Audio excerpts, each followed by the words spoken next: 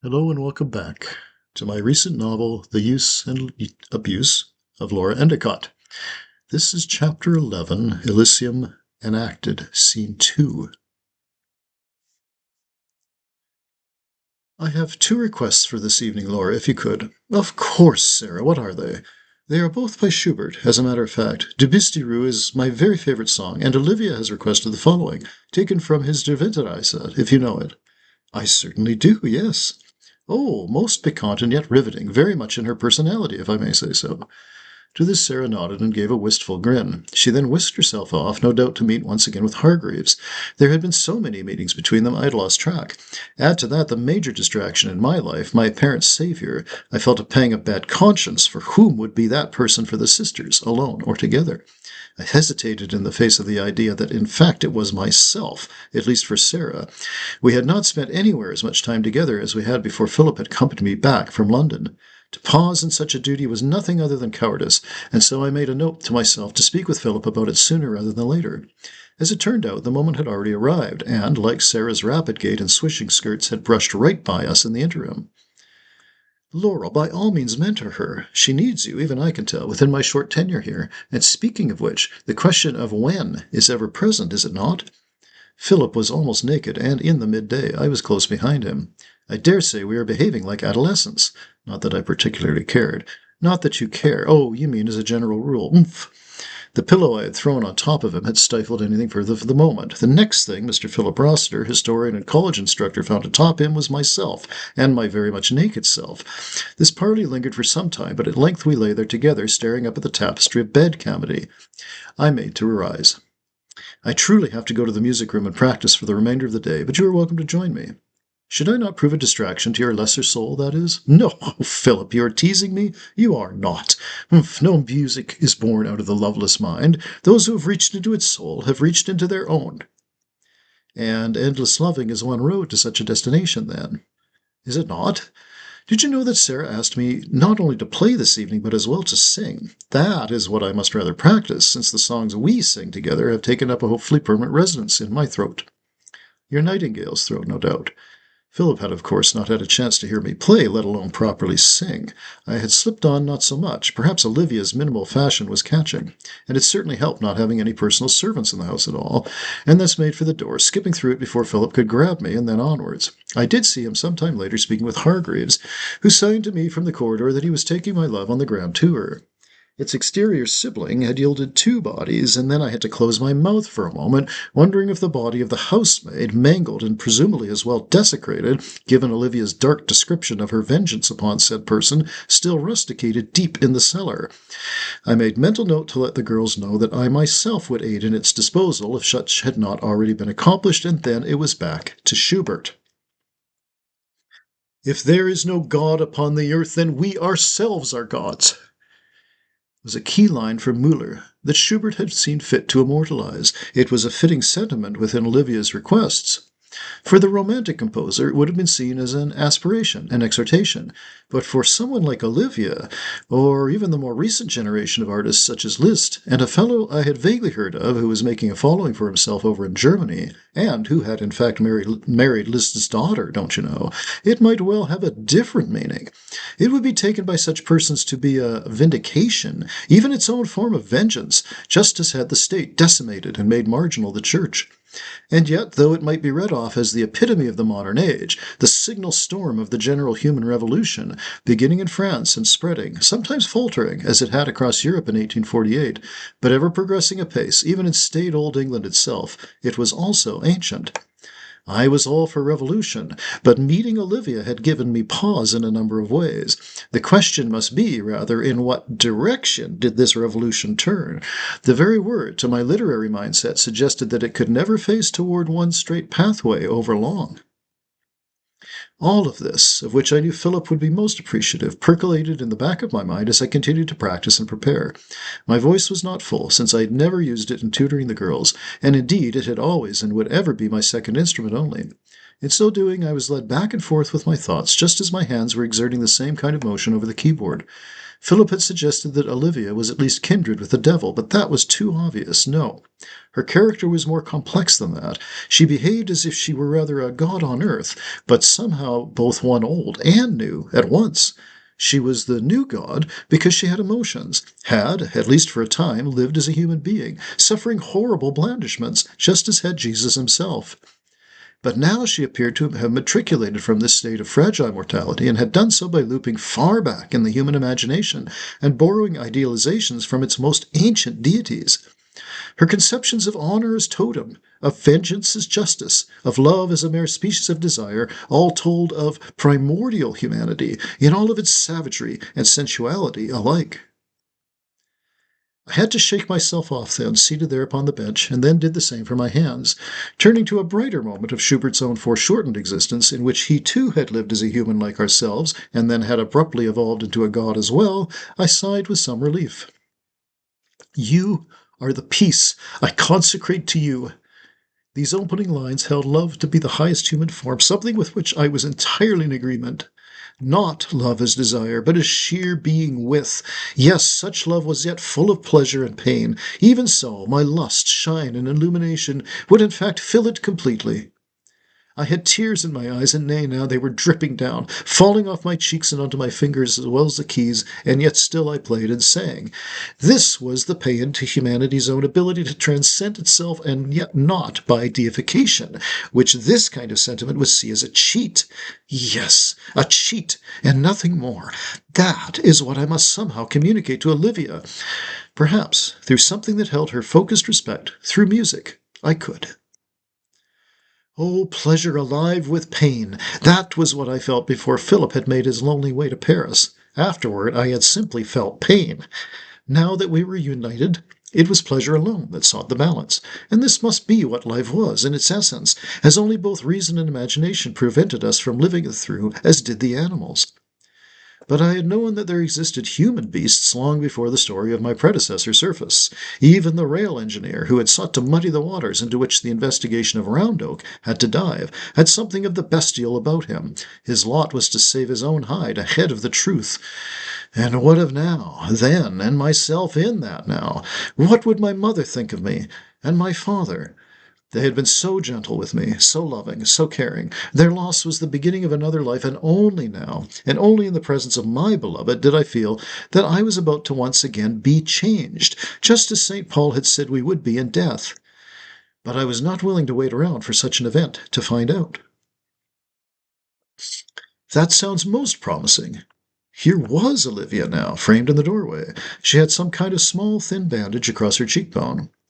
It was not broken, I trust. No, I was not running when I slammed my face into one of my bedposts. It was odd, as the first thing I thought of as I lay on the floor of my room beside my bed was how I had managed to avoid such an incident all this time, as a mere child, for instance. Yes, that might be something to wonder about, but I raised my brows slightly, even so.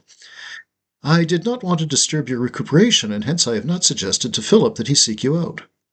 I am grateful for that, but it is not serious. I shall be in attendance this evening, since I did make some requests.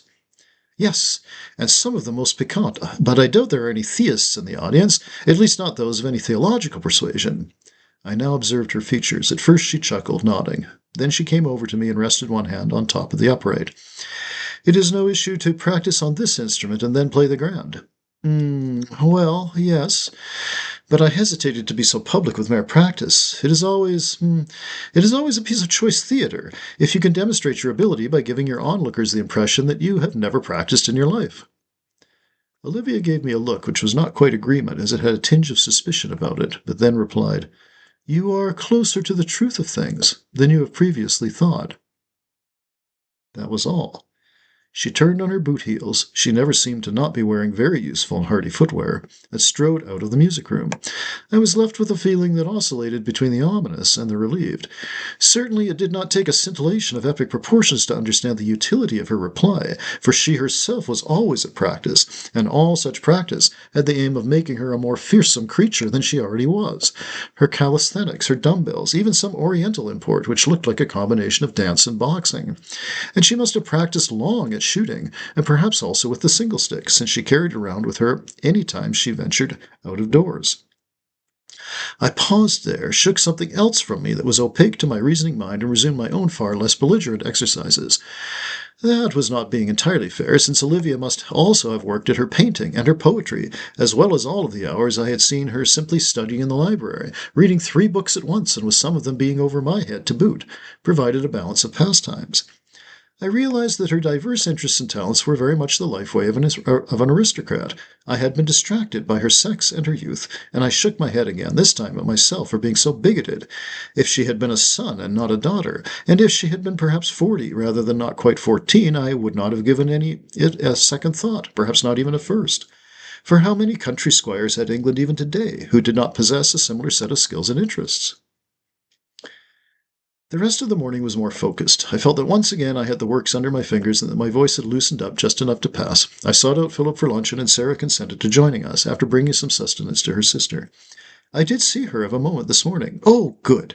Yes, she is now up and about, and assured me she would be with us this evening. The lady miss appeared in better spirits, and also looked like she had slept no more. She told me as much as well. Her selections rang true to her being, it seemed to me, but so did your own. Oh, I will not be as sure of that. Now something or other had cast a shadow. Her features had drooped. If her sister was past mistress at showing no emotion, Sarah did not attempt to hide her own. Even when aping the composure and comportment of a true chatelaine, a daughter of nobility, she was expressing a different kind of emotion, that of self-deprecation and self-doubt. Would either of you wish to join me in a game of quoits? It is another gorgeous day, and we could play in the lawn version. Apropos, since the game was itself invented when the Romans rusticated on our cheery shores. Philip was ever ready with an historical anecdote or clarification, or yet disillusionment, which to my mind was the most important contribution his discipline could now make to the world. I shall certainly join you. He looked over at me, not so much for permission, of course, though Sarah would no doubt be pleased he desired to spend some time getting to know her, but rather more with a pained expression that told me that he would prefer it if he and I had played by ourselves. I shan't, I fear, otherwise this evening's concert might sound as do iron rings and pegs. To this Sarah chortled. I looked over at her across the little table. She seemed almost giddy, and there was certainly a good deal of simple relief charged about her features and her frame. The 3 of us arose, and one of the maids was instantly clearing the detritus. Hargreaves had the household humming with activity, but also with a newfound sense of purpose. The question was, as ever, concerning long-term funds and the viability of the state itself. Since Sir Hugh's pensions and investments were all tied to the larger market and its notorious vagaries, such a question seemed to me to be unresolvable in principle, if not so much in practice. But this was, I reminded myself, not my question, but rather that of the young woman, who was now leading my best friend out of doors and onto a piece adjacent to the larger croquet lawn. I sighed and returned up the stairs, and then again, but upon reaching the music room I had to lay down on a settee within. I awoke with a start to find it had gone past 3. Growling at myself, I flung my arms up, and the rest followed. Only an hour before tea time it would have to do. I did feel refreshed, in the way one feels after one shakes the sleep from one's frame, which in itself could take a few moments of focused breathing and movement. Schubert sounded different to my ears, as my facility with it had seemingly improved, simply through dreaming that it would. Perhaps life, too, was something of the sort, I mused. My own music teacher, a kind soul who also never thought to chastise me, would say to me after I completed this or that series that I never seemed to be immersed in the music itself, but rather hovered and floated within its art more generally.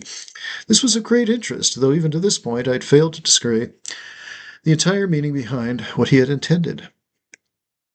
Whatever it may have meant, however I did seek union between myself and the art form, it had worked well enough. So much so that he had been willing to sign off on a variety of official-looking documents that in turn had allowed me to advertise that I could, in fact, teach music and indeed singing. Whether or not such certification carried any wider validity, I was never to know. Now I smiled at myself, and then I did not. Oh dear. Have I not been flirting with charade my entire existence? Not so, the angel perched atop my right shoulder states, for you earned your academic credentials, and now you have earned Philip's love, undying and adoring. Earned is not quite the appropriate term there. At any rate, Schubert will now have to do. In order not to provide a biographically inclined evening, I sought to insert some of my favorite piano pieces, all of them short, such as a few Chopin ballades, and even mazurkas, and a Mozart sonata with which to open, and thus warm my fingers to their more imposing tasks later on. Tea was had in the midst of Philip and Sarah, as well as Hargreaves, Smithy, and his jolly wife Esther, at once seated and eating, and thence up and pounding away at indeed croquet. I contented myself with enjoying their mirthful nonsense, but as well was struck, perhaps like one of those very Spalding balls, gaily striped and painted in the novel colours associated, so Philip told me, with the advent of what he called industrial dyes, by the easy confluence of otherwise rather distinct classes. This was the will of the lady miss, that we should all know our place, but not hang our hats upon it overmuch.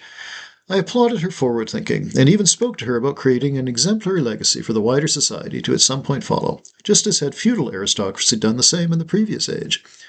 For a moment her eyes gained some horizon to their vision, then she covered her face and rushed back to the lawn. Presently Philip, whose ball had been knocked clear into the inner gardens by a well-struck pinion of the manager's, was at my side.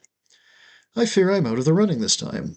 "And right glad I am, Sir Knight. Perhaps you might consider, before we fall asleep in one another's arms, of gently applying your stick to your bell, instead of to your ball."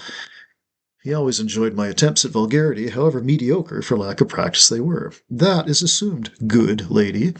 I then stuck my tongue out at him, and I could not recall the previous time I had done so, that is, at all. "Are you then prepared to dazzle we mere mortals?" "When I play, the reality I have to overcome is that people are staring at me, myself, and not listening to the music hardly at all. I cannot blame them. I'd not admire their taste at all if they were themselves not at least distracted, and so evenly." "That may well be, but life is not art, beloved mind and heart and spirit. Indeed, since I have resided at Arlmont, I am no longer sure what life is precisely." "But you have not lost your hold upon art." "It has not lost its hold upon me, dearest boy, and that is how, in spite of being perplexed at life itself, I at least know that I remain alive." He gave me a look of admiration, considering the sentiment, and we left it at that. His ensuing search for the wayward croquet ball allowed me some time to then actually go to the salon and play upon the grand instrument. I did not overdo it. Then, as I paused and stretched way up, I chanced a fleeting glimpse of Sarah over by the door. She had at first given me a look of one who had been caught out, so she must have been standing there at least for some few moments, listening to me. She then smiled and dipped, and I waved to her with all due respect. Then she had vanished, and I then found that something in my spirit had vanished with her.